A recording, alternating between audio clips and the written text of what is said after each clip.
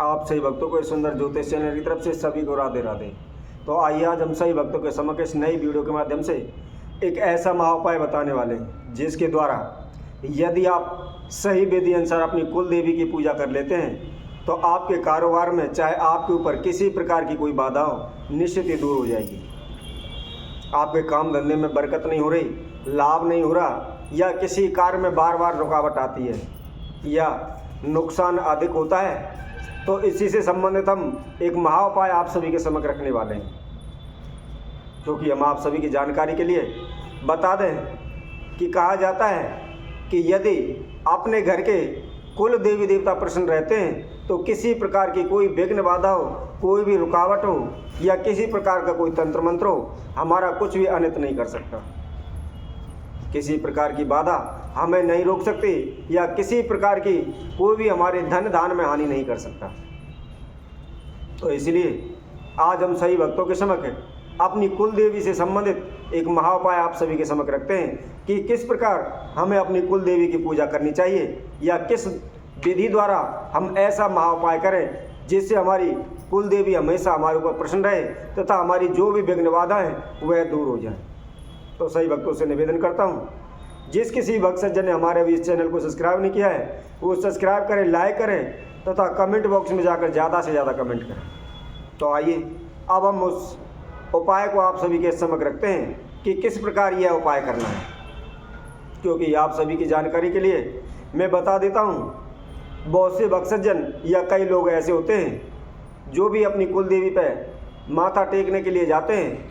या अपनी माता कुल देवी के दर्शन करने के लिए जाते हैं तो वह वहीं से ही नारियल चुन्नी लेकर चढ़ा देते हैं। तो इसलिए कभी भी आप अपनी कुल देवी पर जाते हो या नवरात्रों में जाते हो तो सर्वप्रथम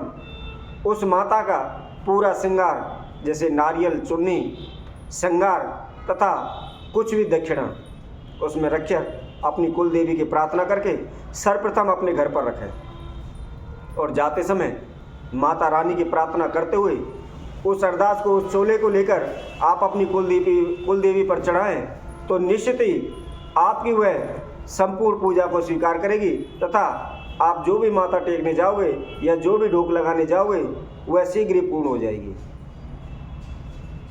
अब एक महा उपाय हम आप सभी को बताते हैं। यदि कोई भक्त सज्जन इस उपाय को करता है तो उसके घर में किसी भी प्रकार की कोई विघ्न बाधा आ रही हो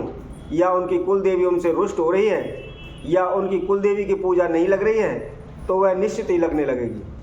तथा उनकी सभी मनोकामनाएं शीघ्र से शीघ्र पूर्ण होने लगेंगी।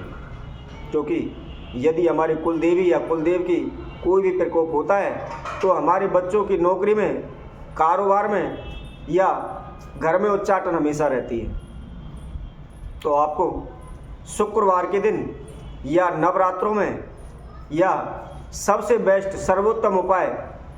आप करना चाहते हैं तो गुप्त नवरात्रि में करें। गुप्त नवरात्रों में यह पूजा प्रारंभ करते समय आप किसी को भी इस चीज़ के बारे में ना बताएं, क्योंकि कहा जाता है भजन और भोजन हमेशा जितना गुप्त रूप से किया जाता है उतना ही सर्वोत्तम होता है, उतना ही बेस्ट होता है और उतना ही शीघ्र फलदायी होता है। तो आपने सुबह उठ करके नहा धो करके स्वच्छ वस्त्र धारण करते हुए सर्वप्रथम गणेश जी का आह्वान करते हुए एक किसी प्रकार का लकड़ी का कोई पट्टा लेकर के उस पर एक लाल कपड़ा बिछा करके अपनी कुल देवी की मूर्ति स्थापित करें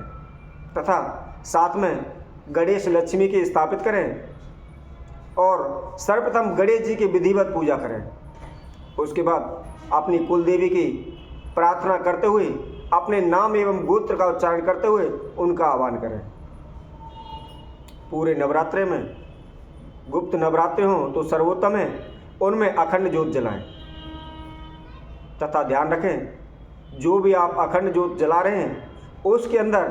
2 फूल वाली लौंग अवश्य डाल दें तथा रोजाना आप एक चुकंदर लेकर के तथा उसके साथ 2 लौंग, 2 इलायची, 2 बतासे तथा एक मीठा पान का बीड़ा,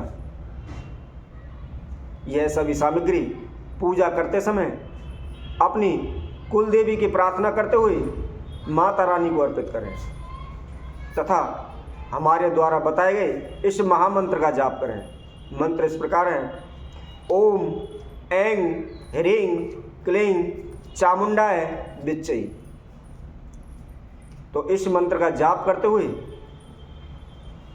अपनी कुल देवी का आह्वान करें। मंत्र का जाप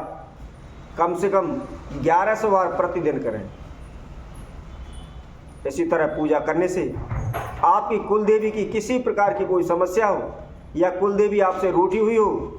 तो वह निश्चित ही शीघ्र ही आपकी पूजा को स्वीकार कर लेगी तथा आपकी जो भी विघ्न बाधाएं आ रही हैं उन सभी को दूर कर देगी। इसके साथ साथ में जब आपका नवरात्रि संपूर्ण हो जाए तो उस समय आपकी कढ़ाई अष्टमी की होती है तो अष्टमी वाले दिन, नवमी की होती है तो नवमी वाले दिन आप उसी तरह संपूर्ण माता का श्रृंगार, नारियल, चुन्नी तथा साथ में